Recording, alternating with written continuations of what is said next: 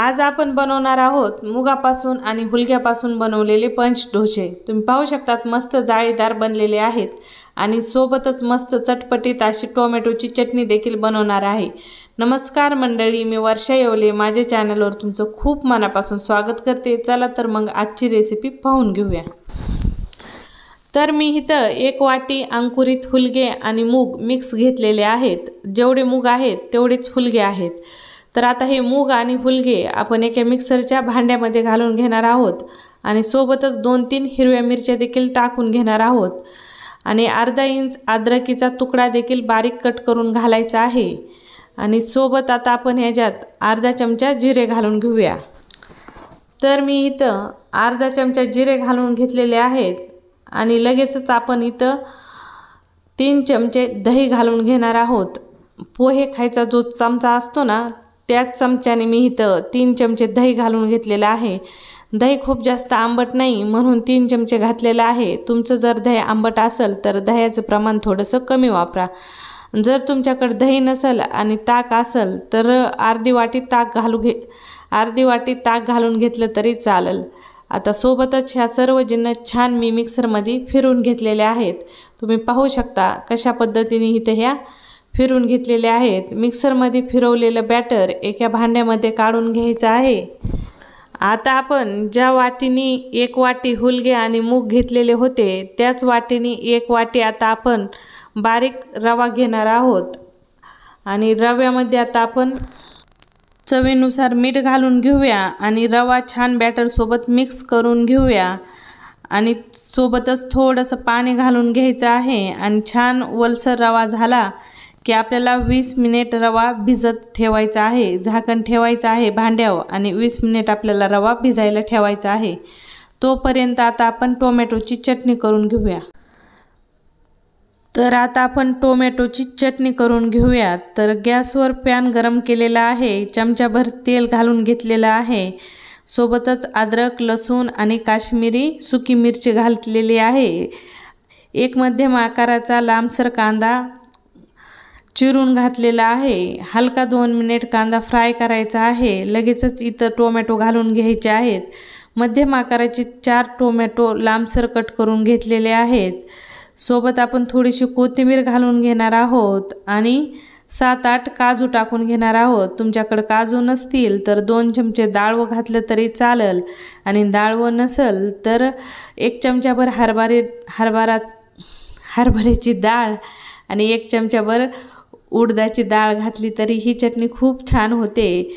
तर आता ह्या सर्व जिन्नस छान 4-5 मिनिट मी फ्राय करून घेतलेले आहेत, तुम्ही पाहू शकता। सोबतच चवीनुसार मीठ देखील आपल्याला इथंच घालून घ्यायचं आहे आणि हे टोमॅटोचं बॅटर आपण मिक्सरच्या भांड्यामध्ये काढून घेणार आहोत। या सर्व जिन्नस हलक्या थंड करून घ्यायचे आहेत आणि मिक्सरमध्ये फिरून घ्यायचे आहेत। तर तुम्ही पाहू शकता मस्त अशी आपली इथं टोमॅटोची चटणी तयार झालेली आहे। तर आता ही चटणी मी एका भांड्यामध्ये म्हणजेच एका वाटीमध्ये काढून घेते आणि चटणी वाटीत काढल्यानंतर तेल गरम करायचं आहे। तेलामध्ये थोडीशी मोहरी, खडी लाल मिर्च आणि कढीपत्ता टाकून छान तेलात फोडणी देऊन ती फोडणी चटणीवर टाकून घ्यायची आहे। तर तुम्ही पाहू शकता मस्त अशी आपली टोमॅटोची चटणी तयार झालेली आहे। कलर देखील किती छान आलेला आहे आणि खायला तर ही चटणी खूप जास्त भारी लागते। नॉर्मली भाकरी चपाती सोबत जरी तुम्ही ही चटणी बनवून खाल्ली तर खूप मस्त आणि टेस्टी लागते किंवा साध्या पांढऱ्या भातासोबत जरी खाल्ली तरी खूप भारी लागते। चला तर मग आता आपण आपल्या रेसिपीचा पुढचा भाग पाहूया। तर इथं आपल्या रव्याला 20 मिनिट झालेले आहेत। आपण झाकण काढून घेऊया आणि आता आपण रव्यामध्ये परत पाणी घालून घेणार आहोत आणि पाणी घालून छान असं बॅटर फेटून घेणार आहोत। नॉर्मली आपण इडलीला डोश्याला ज्या पद्धतीने बॅटर बनवून घेतो त्या पद्धतीने परफेक्ट असं इथं हे बॅटर बनवून घ्यायचं आहे। छान आपल्याला इथं हे रव्याचं बॅटर कमीत कमी 5-7 मिनिट फेटायचं आहे, त्यावेळेस हे बॅटर छान एकजीव होतं। तर तुम्ही पाहू शकता मस्त थोडं थोडं पाणी घालत आपल्याला हे बॅटर फेटून घ्यायचं आहे।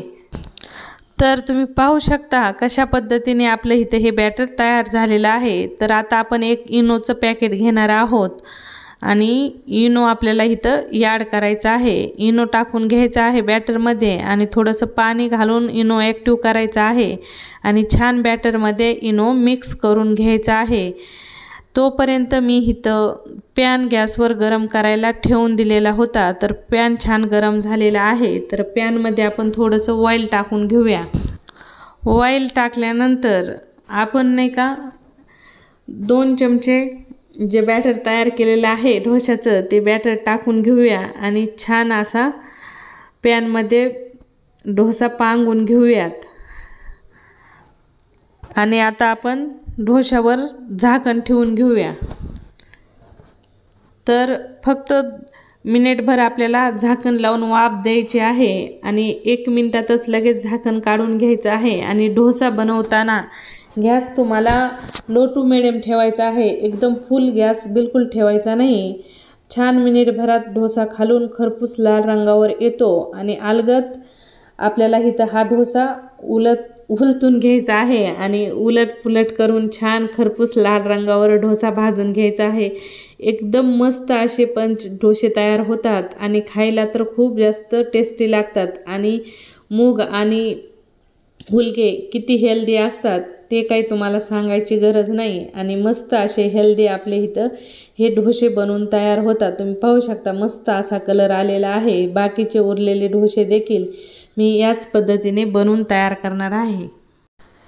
इथं माझे सर्व डोसे बनवून तयार झालेले आहेत। तुम्ही पाहू शकता मस्त असा कलर आलेला आहे। तुम्हाला रेसिपी कशी वाटली कमेंटमध्ये सांगायला विसरू नका। व्हिडिओ आवडला तर लाईक शेअर नक्की करा।